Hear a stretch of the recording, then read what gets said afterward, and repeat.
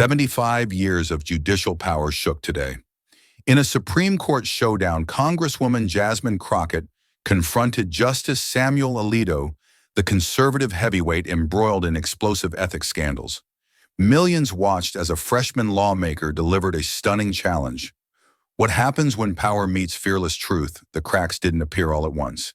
They started like hairline fractures, quiet, almost invisible, until one day the nation looked up and saw the Supreme Court's image splintering under the weight of scandal. Luxury jets, secret billionaire-funded vacations, undisclosed real estate deals, fundraisers behind velvet curtains. Each headline struck like a sledgehammer against America's highest court. Breaking news banners exploded across major networks. Words like ethics bombshell and judicial reckoning flashed across screens. Even conservative commentators, usually defiant, faltered under the weight of the revelations. Across the country, disbelief curdled into anger. In diners and church halls, in living rooms and union halls, a quiet phrase echoed again and again: someone must watch the watchman. Trust in the court, once as solid as its towering steps, was collapsing. Polling numbers nosedived. Protesters gathered outside courthouses with signs reading, "No justice above the law," and "Expose the bench." Editorial boards demanded resignations. For the first time in living memory, the guardians of the Constitution were the ones under investigation. Inside the Capitol, whispers turned to clenched jaws. Lawmakers exchanged icy glances in backrooms. Journalists sharpened their knives, chasing leads that reached into the justices' private lives. What began as isolated scandals was becoming something far more dangerous, a legitimacy crisis. And in the middle of this storm, one unexpected figure was preparing to walk straight into the fire, not with fear, but with fury. Her name would soon echo through marble halls and across television screens. Jasmine Crockett. Long before her name echoed through the marble halls of Washington, Jasmine Crockett stood in cramped Texas courtrooms, fighting for those America often forgot. She wasn't born into power. She walked into it with sharpened resolve, forged case by case, client by client, injustice by injustice. In Dallas, she took on police misconduct cases that others wouldn't touch. In rural counties, she defended poor families who'd never even met a lawyer before. She'd stand before judges twice her age, stare them down, and demand justice for people who had none. There were nights when she left the courthouse long after the lights had gone out, clutching worn case files like weapons, because to her, every legal battle was a front line. One case changed everything. A young black man wrongfully accused faced a lifetime in prison. The odds were impossible, the pressure suffocating. Prosecutors came at her with resources she didn't have. The media ignored the trial, but Jasmine refused to yield. In cross-examination, she dismantled the state's star witness with surgical precision. When the jury returned a not guilty verdict, the silence in that courtroom was deafening. Then came a roar from the gallery, like a dam breaking. That moment didn't just define her career, it hardened her spine. It taught her that truth, when wielded without fear, can shatter even the most unyielding walls. Years later, when voters sent her to Congress, she didn't change her weapons, only the battlefield. And as the Supreme Court's marble cracked under scandal, Jasmine Crockett wasn't just another lawmaker watching from the sidelines. She was stepping onto the biggest stage of her life, ready to fight again. The storm Jasmine Crockett had spent her life preparing for didn't come with thunder. It came in the form of a thick white envelope stamped with the seal of the United States Congress. Inside, a summons to appear at a historic Supreme Court ethics hearing, the kind that would be broadcast live, dissected by every network, replayed on loop across the nation. This wasn't just another committee meeting, it was a stage. And waiting on that stage was Justice Samuel Alito, 75 years old, a conservative titan sharpened by decades of ideological warfare, ready to teach these young lawmakers a lesson they wouldn't forget. For weeks, Alito had been quietly preparing his lines, confident that this hearing would be his moment to remind Congress who truly wielded power. In private circles, he spoke with a knowing smirk. He'd faced senators, presidents, entire legal movements, and outlasted them all. To him, a freshman representative from Texas would be nothing more than a minor inconvenience. But as Jasmine unfolded the letter, the weight of the moment hit like a gavel strike. She remembered a courtroom years earlier, the young black defendant, the impossible odds, and his trembling words before the verdict: Don't let them silence us. She closed her eyes for a moment, exhaled slowly, then opened them with the same steel that once turned impossible trials into victories. This wasn't fear. This was clarity. The facade was cracking. The lion's den was opening. And this time she wasn't walking in as a lawyer defending one client. She was stepping in as the voice of millions. What happens when the most underestimated woman in Congress steps into the Supreme Court's lion's den? That morning, the chamber was no courtroom. It was an arena. Cold light cut through the air like steel.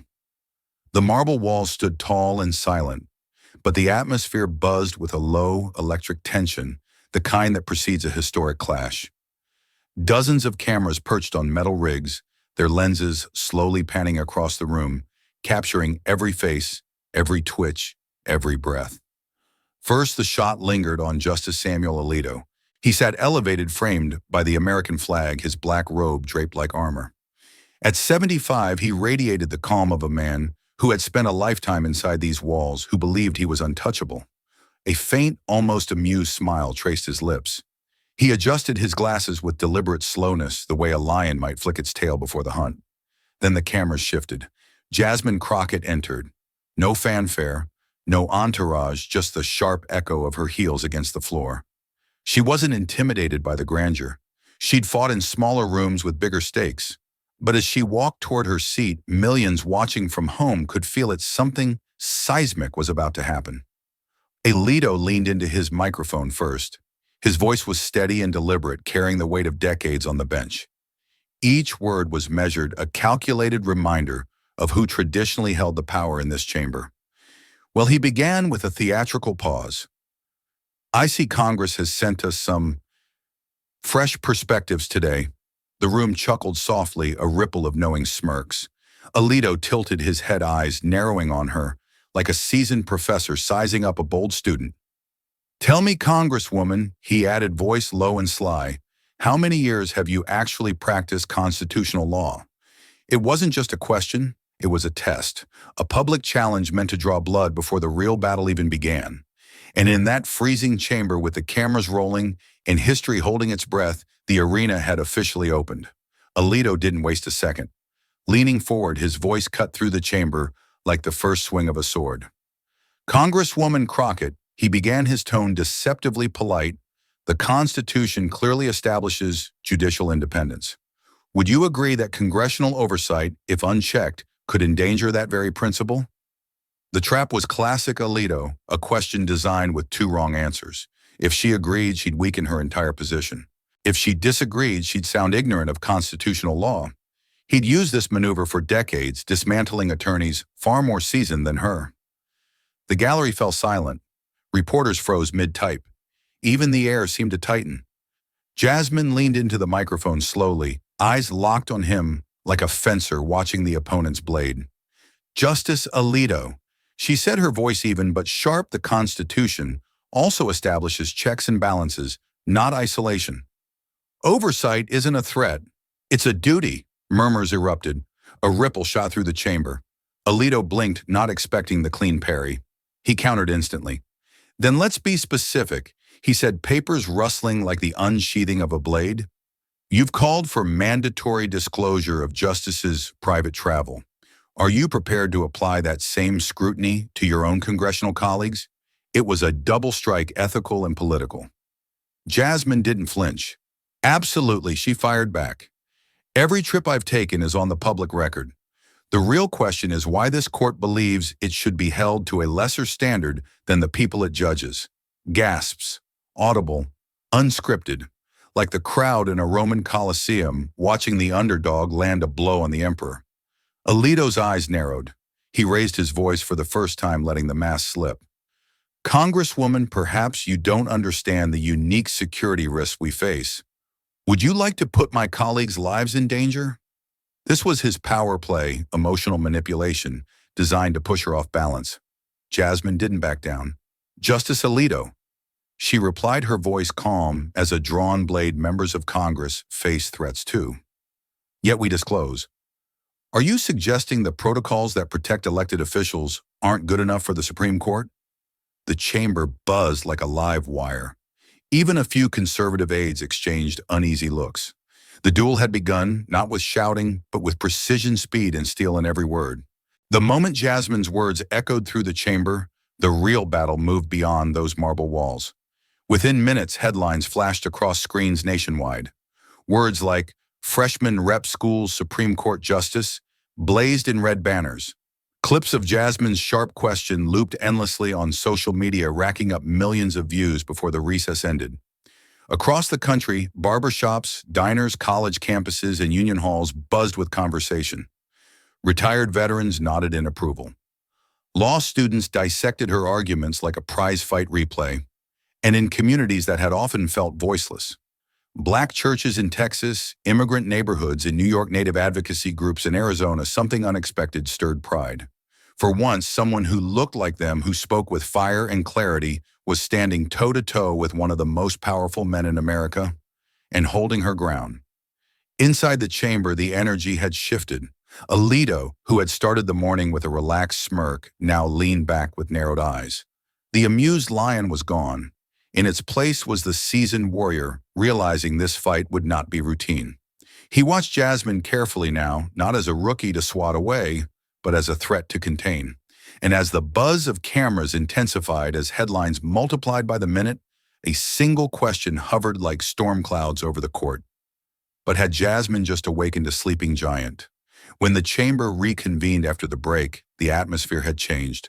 Gone was the smug elder statesman playing cat and mouse with a freshman lawmaker. In his place sat Justice Samuel Alito, the legal tactician, the intellectual bruiser who had spent decades shaping conservative jurisprudence. He straightened his papers like a general arranging his battle map. The smirk had vanished, replaced by the hard focus of someone preparing for open war. He struck first. Congresswoman Alito began, voice steady and deliberate.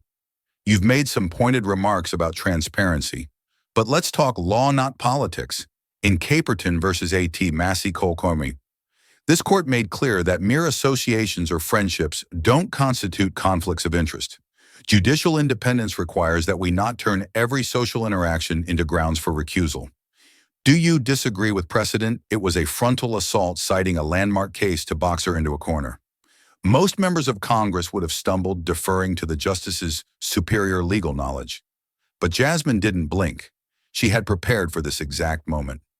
Leaning in eyes locked on him, she replied, "No, Justice Alito.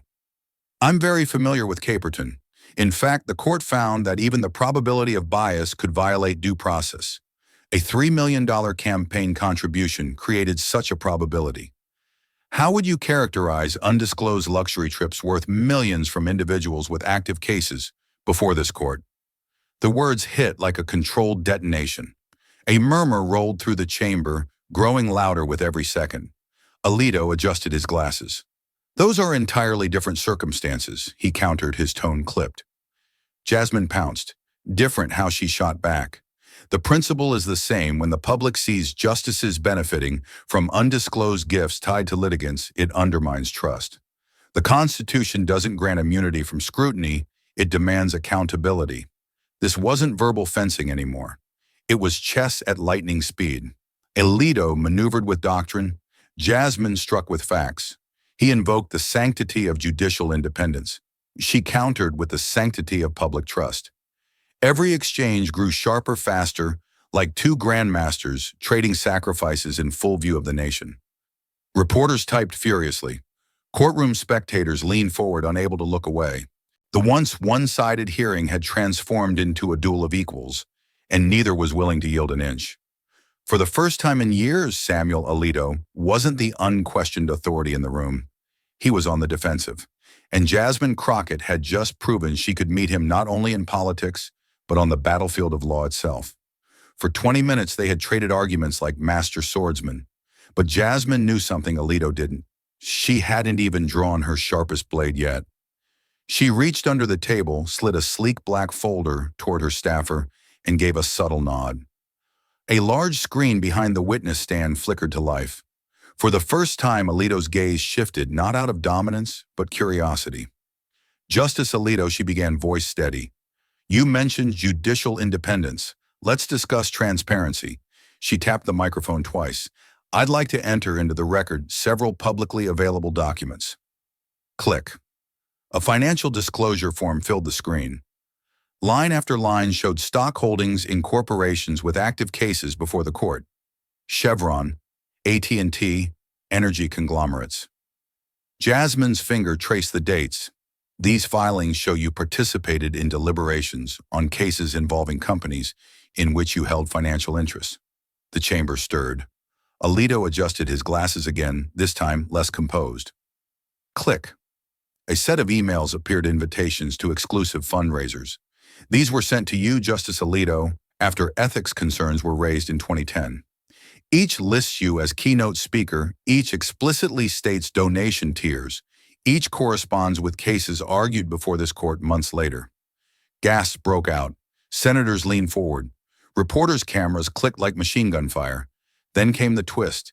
Jasmine picked up a remote, and finally she said a comparison.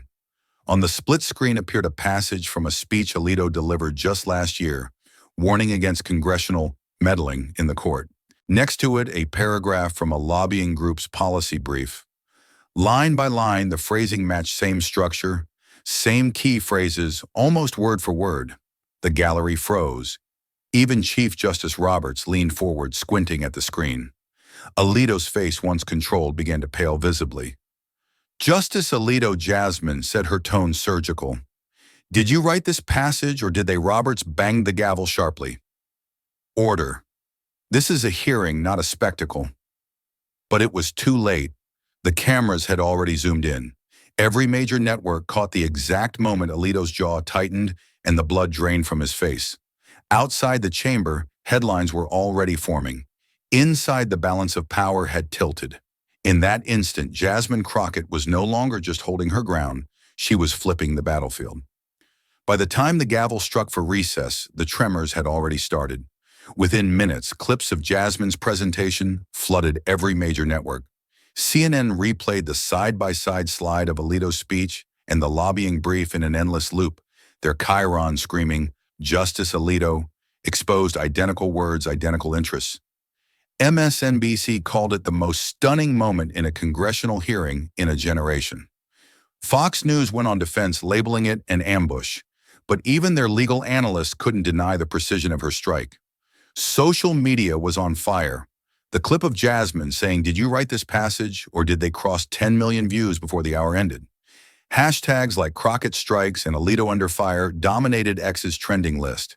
TikTokers remixed her calm delivery with dramatic music. On YouTube, live streams dissected every frame like it was the Zapruder film of a new political era. But the real power of the moment wasn't just online, it was in everyday places.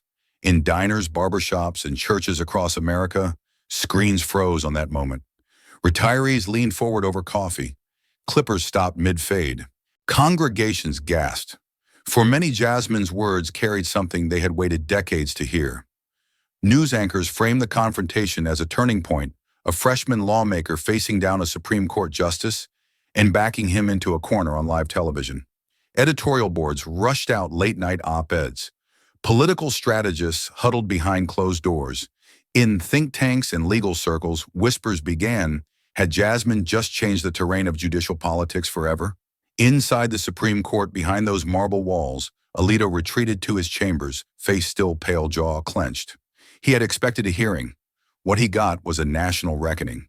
And as America watched, argued, shared, and replayed the moment over and over again, one question thundered beneath the surface. Had she just cracked the marble or provoked an earthquake? The morning after Jasmine Crockett's explosive confrontation, Washington didn't wake up, it jolted. From Capitol Hill to Wall Street, the reverberations were immediate. Conservative power brokers flooded the airwaves, condemning what they called an unprecedented assault on judicial independence.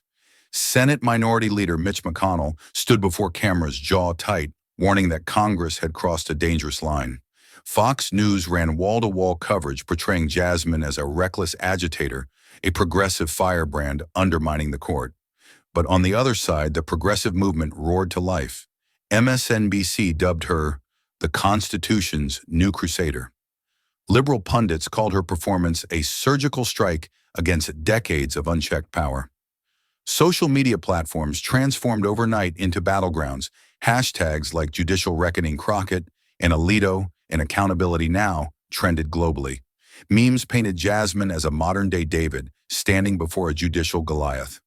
The shockwaves weren't just political, they were financial.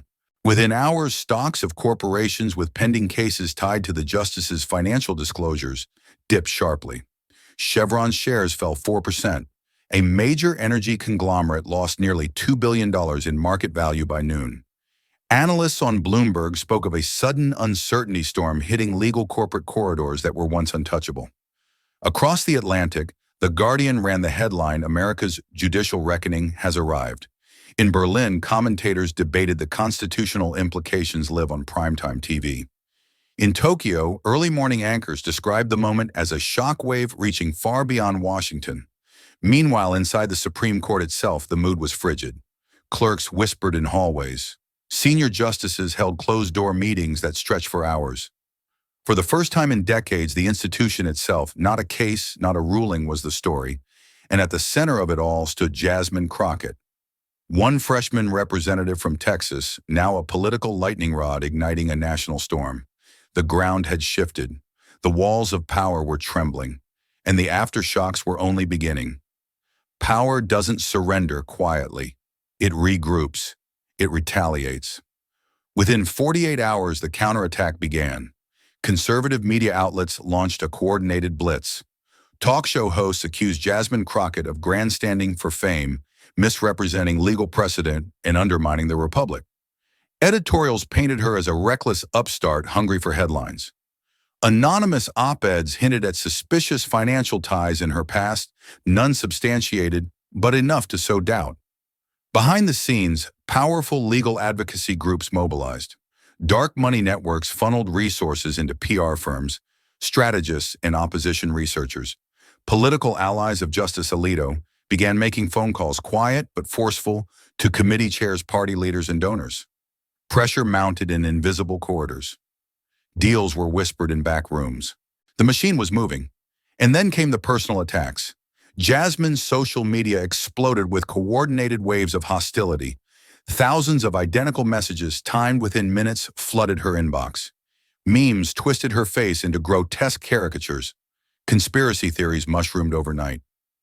Late one night, alone in her dimly lit office, Jasmine sat by the window as the city hummed below.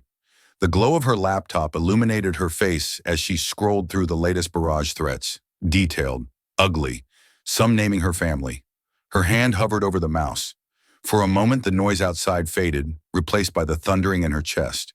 She was no stranger to pressure. She'd faced hostile prosecutors, corrupt officials, and brutal trials.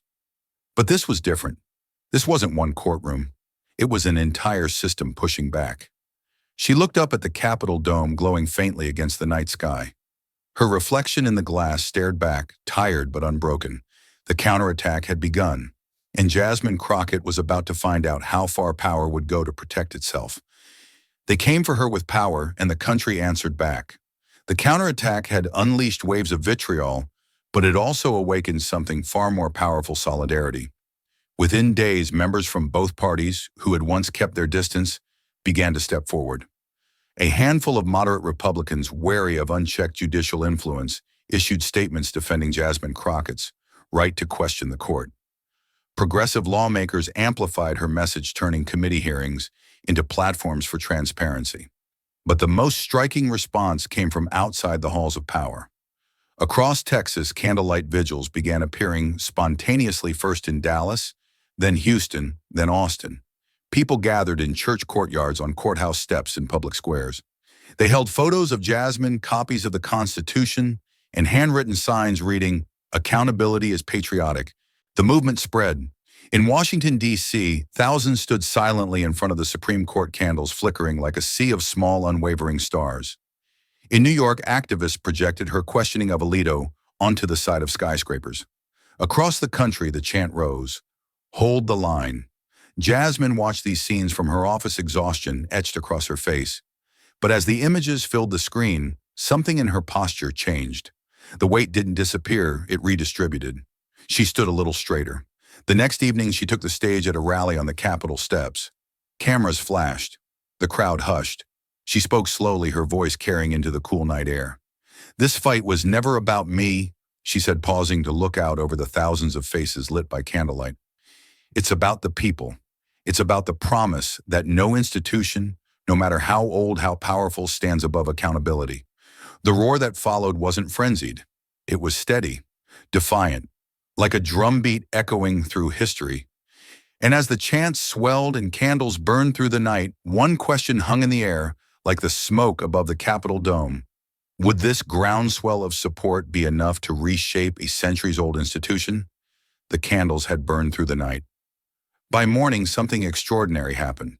In a rare pre-dawn press conference, the Supreme Court released a statement that stunned the nation. For the first time in its history, the court had unanimously approved a binding code of ethics, a set of rules long demanded, long denied. The marble walls that once echoed with silence now carried the weight of accountability. Cameras zoomed in on the official document signed by every sitting justice. Legal analysts gasped. Constitutional scholars called it a seismic shift. For decades, ethics had been a suggestion for the court. Now it was law within its own house. But the shock didn't stop there. Just hours later, Samuel Alito, the man who had once leaned back with a smirk, stood before reporters with a tight jaw. Under mounting pressure and undeniable evidence, he announced his recusal from multiple cases involving financial and political conflicts of interest. It wasn't voluntary, it was inevitable. And then as the Capitol dome gleamed beneath a sharp winter sky, Congress convened for a historic vote. In a display almost unheard of in modern politics, lawmakers from both parties stood together. The Judicial Transparency and Accountability Act passed with sweeping bipartisan support. Applause echoed through the chamber. Reporters leaned forward as the tally appeared on the screen. Yes, 382. No 49. Outside, crowds gathered in front of the court in the Capitol, watching the news on giant screens. Tears streamed down faces. Strangers hugged. The air was cold but electric. For months, it had felt like a lone freshman representative standing against a centuries-old fortress. Now the fortress had cracked. History wasn't whispered that day, it was declared. Change didn't arrive with fanfare. It arrived quietly in classrooms, on sidewalks, in folded letters and steady conversations. Weeks after the historic vote, the ripples reached far beyond Washington. In a modest public school in Houston, a history teacher stood before her class, holding up a newspaper with Jasmine Crockett's image on the front page. Her students leaned in, eyes wide. She spoke of constitutional checks, civic courage, and a woman who had challenged the highest court in the land and won. For the first time in years, the classroom buzzed not with cynicism, but with possibility. At a university in Atlanta, a group of Black law students crowded into a lecture hall. They replayed Jasmine's cross-examination of Alito, pausing and rewinding like athletes studying game tape. One student stood up and said, "This is why we came to law school." The room erupted in applause. On a quiet street in Ohio, a veteran leaned against his porch railing, watching the evening news. The anchor spoke about judicial reforms now in effect. He nodded slowly, the way someone does when they finally see promises kept. "It's been a long time coming," he whispered. And then there was the letter. It arrived at Jasmine's office in a simple white envelope, handwritten in pink marker. Inside was a note from a little girl in El Paso. Her words were uneven but clear. "Because of you, I believe my voice matters." Jasmine sat at her desk holding the letter as the city lights shimmered through her window. The chaos had quieted. The battles were still ahead, but in that moment she understood something profound. What began as a clash inside the marble halls had reached hearts far beyond them, and the ripples were still spreading. The sun was setting over Washington, painting the sky in streaks of amber and deep crimson. The city, once shaken by scandal and doubt, now stood in a rare, suspended calm. Jasmine Crockett walked slowly toward the Supreme Court steps. The marble gleamed in the fading light, no longer looming like an untouchable fortress, but standing as a reminder of what had been and what could be. Her coat fluttered in the evening breeze. Reporters had gone. The crowds had dispersed. For the first time in months, she stood alone before the institution she had dared to confront. She tilted her head slightly upward, taking in the grand columns as the last rays of sun brushed across her face. In that quiet, the echo of everything that had happened, the battles, the backlash, The nights of fear, the candles, the breakthrough, seemed to converge into a single still moment. And then over the image, a narrator's voice cut through the silence. It was calm, steady, weighty. She entered the lion's den not to destroy it, but to remind it of its duty. The camera pulled back slowly, rising above the court, the Capitol, the streets glowing under streetlights until Jasmine was just a silhouette against the vastness of Washington at dusk. Her story was no longer just hers. It belonged to classrooms, to veterans, to little girls with pink markers. And as the music swelled softly, one final question lingered like a challenge cast into the night. And now, what would you do if the microphone of history was in your hands? A single courageous voice spoken at the right moment can shake even the mightiest walls of power. If the chance to change history came to you, would you have the courage to seize it? Courage is the spark that turns whispers into thunder. And when thunder rolls, even the most untouchable halls of power must listen. If this story stirred something in you, don't let it fade. Hit subscribe, like, and share to help this message travel further than any courtroom wall. Change begins when voices unite. This story is meant to inspire reflection. It does not represent any individual or organization. Viewer interpretation and open discussion are encouraged. Each perspective shared remains the responsibility of its author. Now it's your turn. Which force has the power to shake the very foundations of American institutions? Truth, courage, or unity? This isn't just a question, it's a moment. Drop your answer below, because history isn't just being written in Washington, it's listening to you.